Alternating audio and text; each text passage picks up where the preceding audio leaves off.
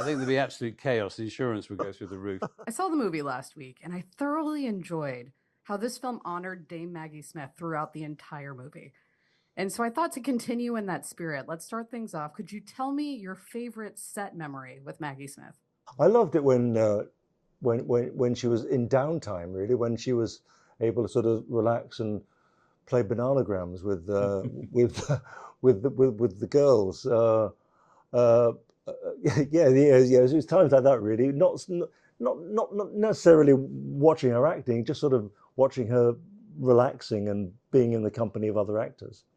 I can remember the first moment when she and Shirley MacLaine met in the hallway, and they hadn't seen each other for 40 years. In fact, Maggie had forgotten they'd even met. And it was a freezing cold day, I remember, because they were wearing, big, long, warm coats. And they met, and it was like, well, we have a historical encounter in England called when Stanley met Livingstone, which was in the heart of Africa. These two explorers coming together, having been sort of lost in the jungles of Central Africa, and suddenly they meet. And it was a bit like that. It was this encounter of these two great icons, certainly in our perspective. And Shirley saying, I haven't seen you since the Oscars in whatever year it was, and Maggie had no memory, said I was probably face down in a cake for not winning or something. But just hear them chatting and then watching them work together, because it could have gone either way. They were exactly the same age, two great dames, let's face it, both with reputations of very strong characters, but actually they got on like a house on fire, and it was a delight to be part of. Great story. Thank you for sharing that.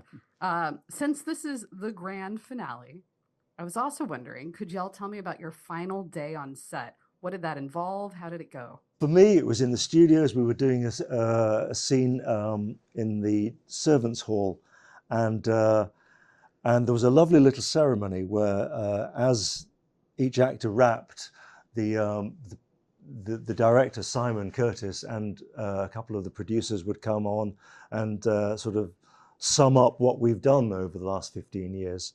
And so I rapped at the same time as Jim Carter, who played Mr. Carson, and Leslie Nichol, who plays Mrs. Patmore.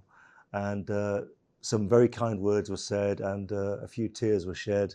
And it was a lovely fitting end to a glorious 15 years.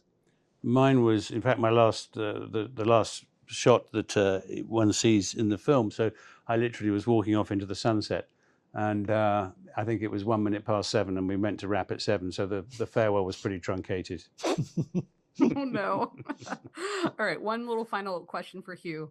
I'm a big fan. I especially loved your role in Dick Turpin. But going back into your history, how do you think the Downton Abbey estate would fare if Paddington came to visit? I think there'd be absolute chaos. The insurance would go through the roof. In fact, he did come and visit. I put a mini Paddington in Richard E. Grant's wine glass once when he was on set with us. Yes, imagine the crossover. There would be plenty of mayhem up and down the stairs, particularly with the Labrador. Absolutely. And all the marmalade, you'd have to stock up. Marmalade gags, never ending.